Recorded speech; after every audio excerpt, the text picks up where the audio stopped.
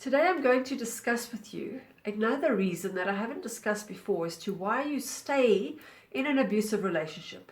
Even though you know that the person is hurting you, even though you know that it's wrong, even though you know that you need to get out, for some reason you just can't leave.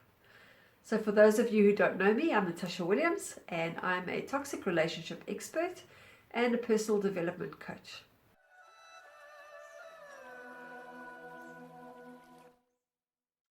So why do people stay? Well, let me first of all say, when you meet somebody, they don't start off by abusing you. They don't start off by hitting you and shoving you around and making insulting comments.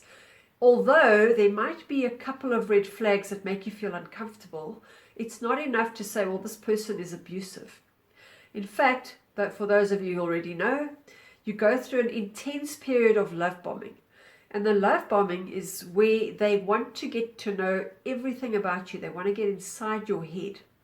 And because you feel so visible, because you feel so heard, because you feel so, have somebody that's so interested in what you've got to say, you let them in.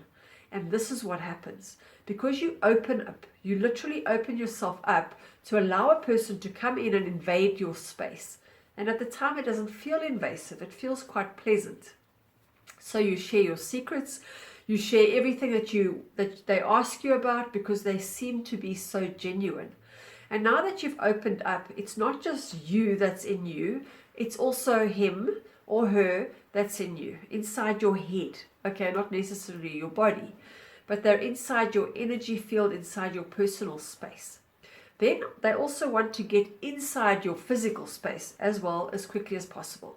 So they get to know your friends, they get to know your family, they want to know where you work, they'll pop in at any time to find out if you're actually there, they want to know where you live, and if you are going out, I can tell you right now, they're busy snooping through your cupboards, they're looking through your drawers, they want to know everything there is possibly to know about you, because they need to get into your world.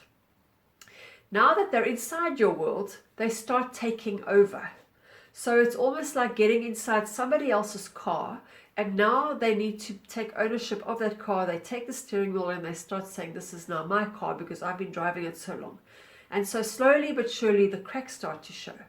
And because you don't have boundaries or strong boundaries, you think that it doesn't really matter. I love this person anyway. They treat me so well. It's okay. They might actually physically start to drive your car. They might ask you for your house keys. They might start taking over where you spend your money and who you talk to. And it happens so slowly that you're not really understanding that it's who they really are, because you're still thinking that they are this other person. Now, you've probably heard all of that before. But what you haven't heard is that you don't know that the person that you're with is not the person you thought they were. And so when the cracks start to show, you start to think, maybe there's something I did wrong. They'll blame you because that's how they work. They'll blame you for their angry outburst. They'll blame you for the way that they felt today. They'll blame you for this thing that went wrong, even if you weren't even near it. Somehow it's your fault because maybe you put them in a bad mood. And because you are an overly responsible, diligent, loyal person, you're going to spend your life trying to prove to them that actually it wasn't you, and you really do care, and you really want to show them and prove to them that you are the good person. You are the one who's going to be there and who's going to be loyal to them. And part of the love bombing phase, they will actually show you a glimpse of a very bad childhood that they had, because they did. They would have had an abusive childhood, because otherwise they wouldn't be developmentally challenged. And so you, because you've also had a tough childhood, will see that, and you want to help them and show them what love is, because you can sense that they can't feel love. And the truth is, they can't feel love. They're not capable, they're not willing. And so you want to keep proving to themselves how great life is out there and how loving you can be and how it is great to be a nice, loving, giving person. And so you are now hell-bent on trying to change them. And that is why you stay stuck, because you keep trying to prove to them that you are right and they are wrong. And this is where, some people actually, there was a guy that I had an argument with, because I said to him, there's two types of people. There's the givers and there's the takers. And he said to me, "You're arrogant." And I thought about it and I got really angry. And for years, I thought he was wrong. But you know what? He's actually right. Because who's to say that my way is right? This is almost like a type of warfare, like angels versus devils, right? Who's to say the devil's not wrong? We think we're right. Maybe they think they're right. And by the way, the only difference between people that are empaths and people that are narcissists is that empaths do everything for everybody else.